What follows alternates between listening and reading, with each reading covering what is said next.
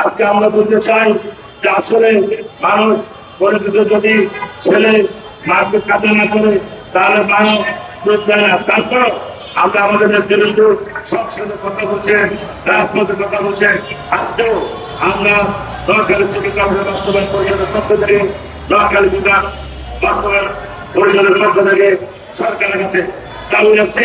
কারণ এই সরকার অত্যন্ত সংগ্রাম আন্দোলন করে সরকারকে ফিরে করে সরকার গঠিত হচ্ছে।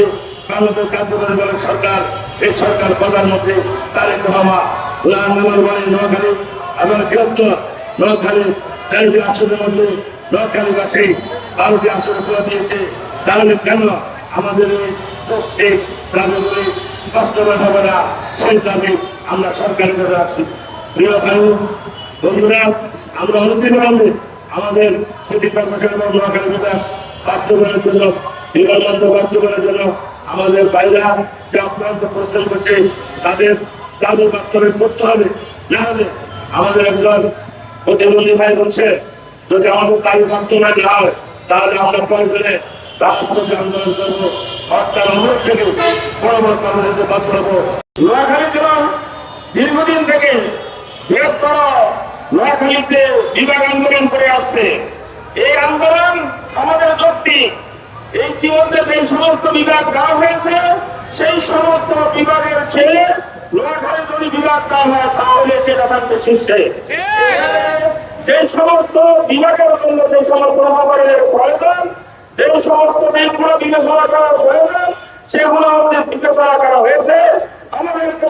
আমরা আমাদের সমস্ত নেতৃবৃন্দকে নিয়ে আমরা বিভিন্ন সময় বিভিন্ন কর্মসূচি দিয়েছি। আমাদের বিশ্লেষণে নোয়াখালী জেলা পাওয়ার বিভাগ পাওয়ার যোগ্য। সুতরাং আমরা সরকার বাহাদুরের কাছে চাচ্ছি, নোয়াখালী বিভাগ দিয়ে আমাদেরকে একটা উন্নত বিভাগে উন্নীত করবেন বলে আমি বিশ্বাস করি। নোয়াখালী জেলা দীর্ঘদিন থেকে অবহেলিত। যে সমস্ত জিনিসগুলো আমাদের পাওয়া প্রয়োজন ছিল সেগুলো থেকে আমরা বঞ্চিত। নোয়াখালীতে তেমন ধরনের কোন রকমের উন্নয়ন হয় নাই। বিভিন্ন সময় বিভিন্ন সরকার এসেছে, কিন্তু সবসময় নোয়াখালী উপেক্ষিত হয়েছে। এটা আমি মনে করি যে একটা কারণ, নোয়াখালী জেলাবাসী নিজেদের দক্ষতা যোগ্যতা ঘুরে তারা অগ্রগামী। এই কারণে সরকার আমাদের প্রতি আমার মনে হয় যে এটা তীব্র দৃষ্টিতে দেখতেছে।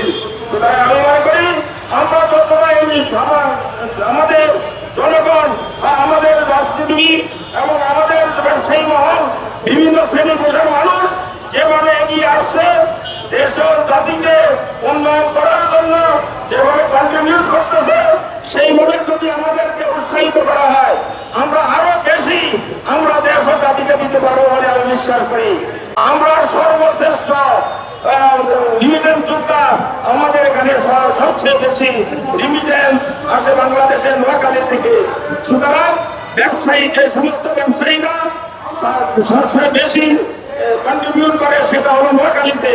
এখানে কর্পোরেট হাউসগুলো অনেক, এবং কর্পোরেট হাউসগুলো থেকে সরকার শত শত কোটি টাকা ট্যাক্স ভ্যাট ওনারা পান। সুতরাং দেশের শীর্ষস্থানীয় জেলা হিসেবে দেশের সবচেয়ে বেশি অবদান রাখা জেলার মধ্যে বিভাগ নেই। এটা অত্যন্ত দুঃখের এবং পরিতাপের। আমি আশা করি বর্তমান সরকার নোয়াখালীর প্রতি দৃষ্টি দিবেন। আমরা নোয়াখালীর পাশে বিএনপি সরকারকে আমরা একটা সিট সহ বাকি সবগুলো আসন আমরা দিয়েছি। সুতরাং সরকারের এখানে বুঝতে কোনো বাকি নেই যে সবচেয়ে বেশি সমর্থনকারীদের জেলা হলো নোয়াখালী, গ্রেটার নোয়াখালী। সুতরাং গ্রেটার নোয়াখালীর প্রতি আমি সরকার বাহাদুরকে বলবো, আপনি দেখুন আমরা এখানে যৌক্তিকভাবে পাওনার দাবিদার কিনা, তাহলে আমাদেরকে নোয়াখালী বিভাগ দিবেন। আমরা সুন্দরভাবে, সহজভাবে এবং সম্মানের সহিত আমরা আপনাদের কাছে দাবি করতেছি। যদি আমাদের এই দাবি যদি আপনারা বাস্তবায়ন না করেন, অচিরেই আমরা বিশাল বড় ধরনের কর্মসূচি দিতে বাধ্য হবো। কারণ এটা আমাদের প্রাণের দাবি, এটা আমাদের একেবারে রাজপথ থেকে আবার নেওয়া পর্যন্ত সবাই দাবি। নোয়াখালী বিভাগ যৌক্তিক কেন দিবে না, এটা আমাদের প্রশ্ন। আমি না দিয়ে আমাদের কথাগুলো বিবেচনা করে এখানে বিভাগ বাস্তবায়ন করা হোক। গতকালকে দেখেছি 2টা বিভাগ দেওয়ার জন্য সরকার চিন্তা করতেছে। আমি বলতে চাচ্ছি নোয়াখালীকে বাদ দিয়ে অন্য কোন বিভাগকে যদি আপনারা প্রাধান্য দেন এটা হবে বুমেরাং।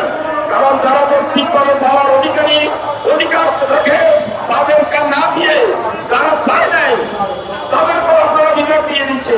আসলে এটা কি ধরনের আচরণ এবং যৌক্তিকভাবে তারা পায় কিনা সেটা আপনারা বিশ্লেষণ করুন। আমরা যদি যৌক্তিকভাবে পাই কেন আমাদেরকে দিবেন না? আমাদের সাথে কেন এত বৈরিভাব? আমাদের সাথে কেন আপনারা এরকম আচরণ করতেছেন? এটা সত্যি দুঃখ করা। আমি বর্তমান বাংলাদেশে মাননীয় প্রধানমন্ত্রী তারেক রহমান সাহেবের দৃষ্টি আকর্ষণ করছি, আপনি আমাদের ভবিষ্যৎ দৃষ্টি দিন। আমাদেরকে এই উন্নয়ন থেকে আপনি আমাদেরকে বাইরে রাখবেন না।